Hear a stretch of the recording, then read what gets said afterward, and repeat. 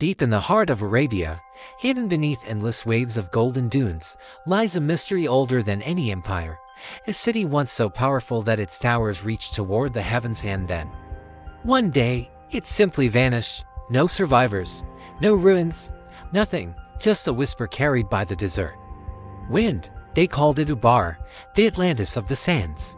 For centuries, most believed it was just a legend, a fairy tale told by Bedouins to travelers around the fire. But what if the truth was buried right beneath our feet? Don't forget to subscribe to the channel for more ancient civilization secrets. Ancient stories spoke of Iram of the Pillars, a city of great wealth and arrogance. It was said to be blessed with divine prosperity and cursed by its people's pride. Ubar was the jewel of the desert, the beating heart of the frankincense trade, that precious resin once worth more than gold. Caravans carrying silk, perfume, and treasures passed through its gates every day. At night, the city glowed brighter than the stars themselves. But power breeds arrogance. Its rulers believed they were untouchable above heaven and earth, and so, the heavens answered, the skies turned crimson, the ground began to shake, and in a single night, the city of Ubar was swallowed by the desert itself.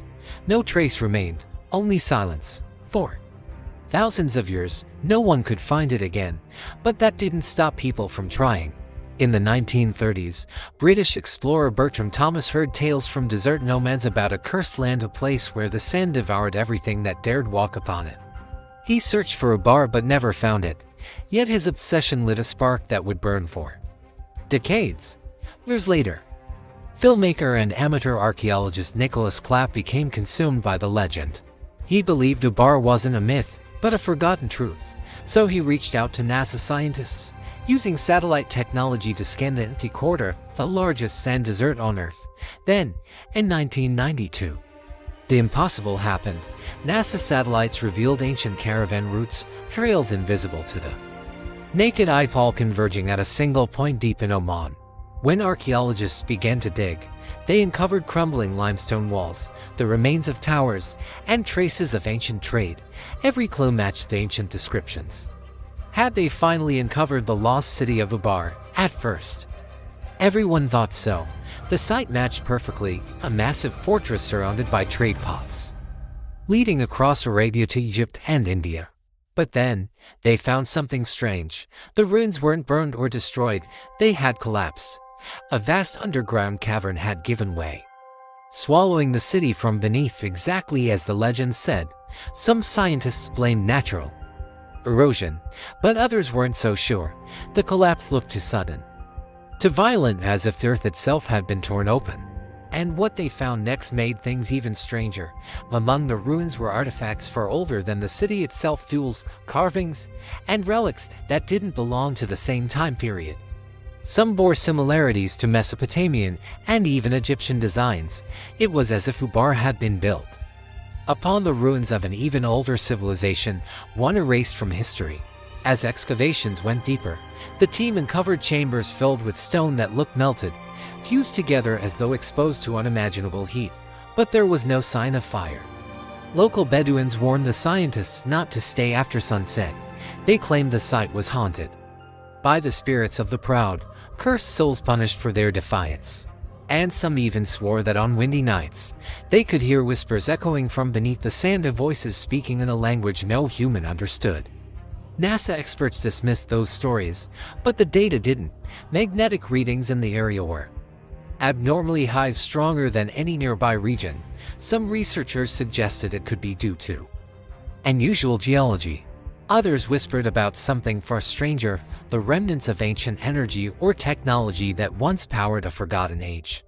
French historians began to theorize that Ubar was indeed just a trading hub. It might have been one of the ancient power centers described in Sumerian and Egyptian texts. Cities said to harness the Earth's magnetic field for rituals or even energy. It sounded impossible, but so did the idea of finding Ubar, until NASA proved it was real. When the discovery hit the media, headlines erupted. The Atlantis of the sands found. But just as quickly, everything went silent. Excavations stopped. Funding was cut. Access to the site was suddenly restricted.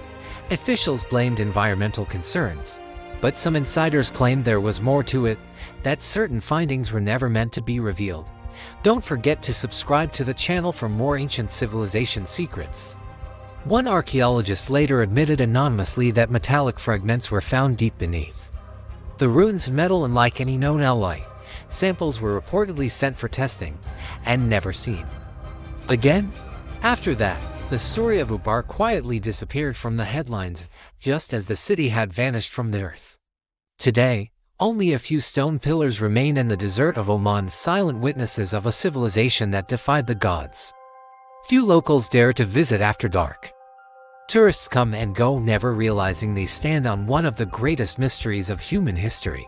Was Ubar truly just a city of traders and kings, or was it something far older, the gateway to a forgotten age of power and knowledge humanity was never meant to rediscover?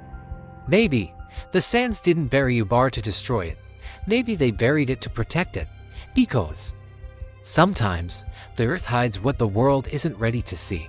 So the next time you look at a satellite image of the Arabian desert, remember, somewhere beneath those endless dunes lies a secret, one the world wasn't ready to uncover.